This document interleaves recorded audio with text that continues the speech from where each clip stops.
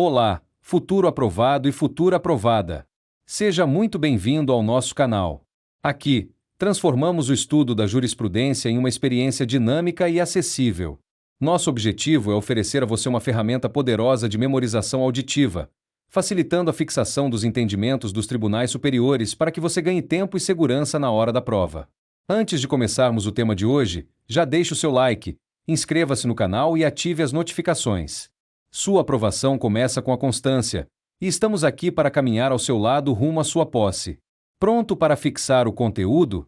Vamos aos julgados. Informativo de Jurisprudência número 876, de 10 de fevereiro de 2026. 1. Corte Especial.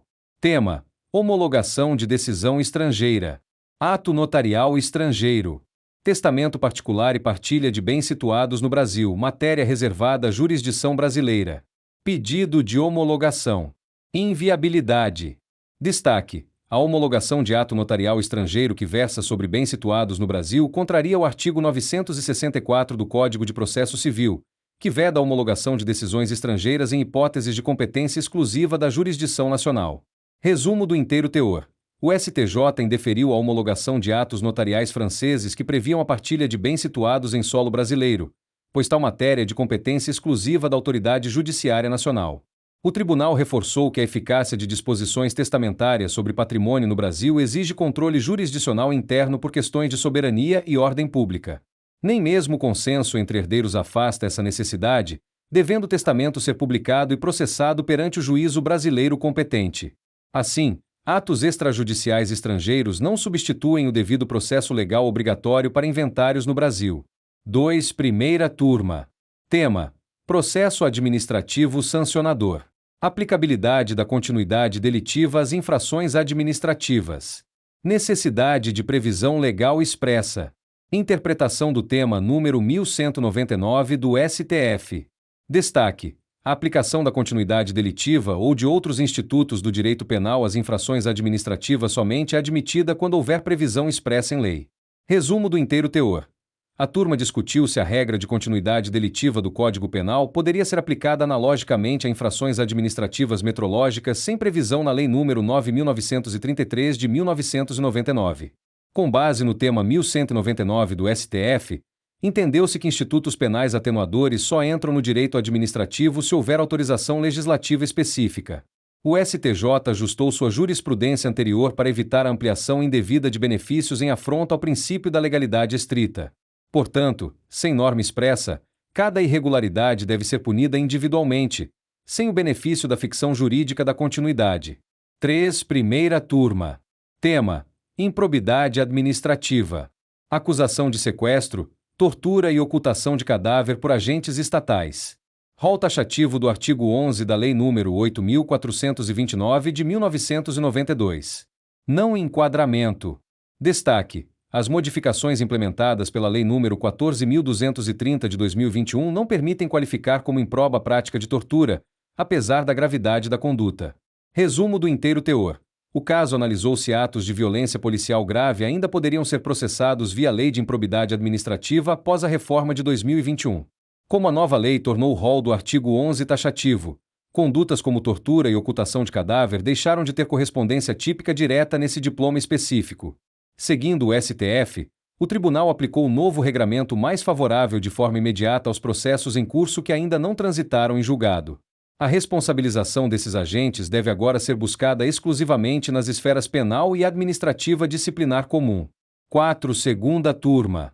Tema: responsabilidade civil do Estado. Morte por omissão no atendimento médico.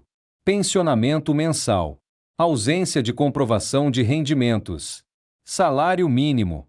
Destaque: o pensionamento mensal por ato ilícito deve limitar-se a 2/3 dos rendimentos da vítima ou ser equivalente a um salário mínimo se não houver comprovação de ganhos. Resumo do inteiro teor.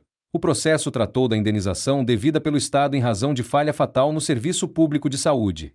O STJ reafirmou que a pensão aos dependentes deve ser de 2/3 do que a vítima recebia, presumindo-se que 1/3 seria gasto com o próprio sustento.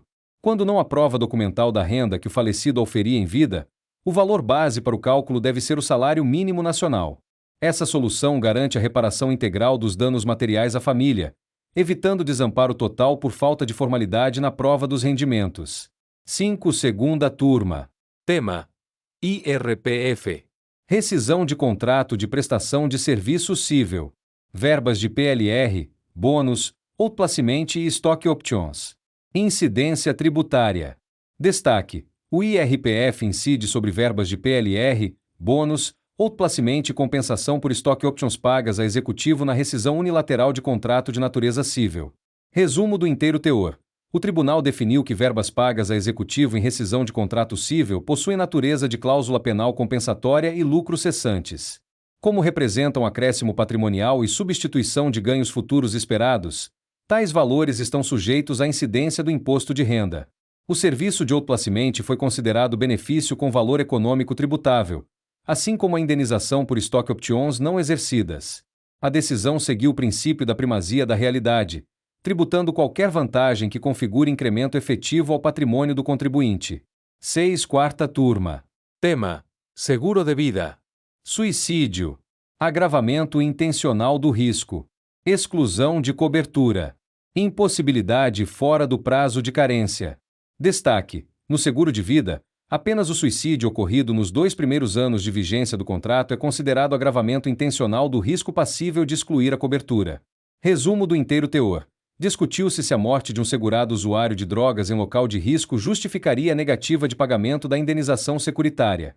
O STJ decidiu que condutas imprudentes ou estado de intoxicação não configuram o agravamento intencional necessário para excluir o seguro de vida. Para a exclusão, seria necessária a prova de má-fé ou de que o segurado agiu com a intenção deliberada de morrer, o que não ocorreu no caso. Como a morte foi causada por terceiros, a seguradora deve pagar o prêmio aos beneficiários, respeitando a função social do contrato. 7. Quarta turma. Tema: mútuo feneratício. BNDES. Recursos captados no exterior. Indexação da correção à variação do câmbio. Validade. Destaque: é válida a inclusão de cláusula de paridade cambial nos contratos de repasse de recursos externos celebrados com fundamento na Resolução CMN 63 de 1967. Resumo do inteiro teor. O devedor questionava a correção de um empréstimo do BNDES atrelada ao dólar, alegando violação à proibição geral de reajuste cambial. O tribunal explicou que a lei permite exceções quando há autorização federal expressa, o que ocorre em repasses de verbas captadas no exterior. Normas do Banco Central e do CMN validam essa paridade para manter o equilíbrio financeiro de operações com recursos internacionais. Portanto, a cláusula é legítima e não configura abusividade, enquadrando-se nas ressalvas legais permitidas ao sistema financeiro. 8. Quarta turma. Tema: prazo de proteção de patente.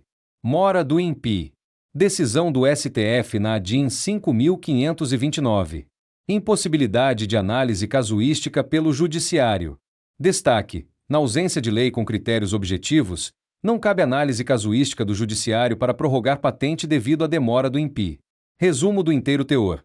Empresas farmacêuticas buscavam estender o prazo de suas patentes alegando que o INPI demorou excessivamente para analisar os pedidos administrativos. O STJ aplicou o entendimento do STF que baniu a prorrogação automática e proibiu o Judiciário de criar extensões caso a caso. Ficou decidido que, sem uma lei específica que defina critérios objetivos para compensar atrasos, o prazo legal de 20 anos é absoluto. A mera mora administrativa não confere ao juiz o poder de prolongar o monopólio industrial sobre medicamentos e outros inventos. 9. Quarta turma. Tema: plano de saúde. Medicamento à base de canabidiol. Autoadministração domiciliar. Exclusão de cobertura. Licitude. Destaque: o plano de saúde não é obrigado ao custeio de medicamento de uso domiciliar à base de canabidiol e não registrado pela Anvisa. Resumo do inteiro teor. A controvérsia girou em torno da obrigação de custear óleo de canabidiol importado para uso domiciliar e sem registro definitivo na Anvisa. O tribunal aplicou o tema 990 do STJ, que valida a recusa de cobertura para fármacos sem registro sanitário no Brasil. Embora a Anvisa autorize a importação excepcional para uso próprio, isso não equivale ao registro que obriga o custeio pelas operadoras. Além disso, por ser medicação de administração domiciliar e fora de ambiente hospitalar, o plano não tem o dever legal de fornecê-la. Ficou com alguma dúvida sobre o julgado de hoje? Deixe nos comentários. Bons estudos, mantenha o foco e até o nosso próximo encontro com a sua aprovação. Lembre-se que a vitória pertence àquele que melhor se prepara.